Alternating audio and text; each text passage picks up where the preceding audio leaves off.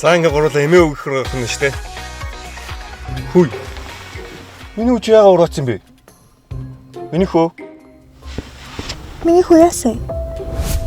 Яагаад гэвэл машины усыг үсэлгээр миний хүзүүг өвдгөөд надад их хэцүү байдаг. Цонгаар ааж болохгүй муухай байдаг. Хэрэв машины зорилтын зүйтэй бол би өвдөхгүй бас намайг хамгаална. Таны хүүхдэд амттан биш, аюулгүй байдал хэрэгтэй.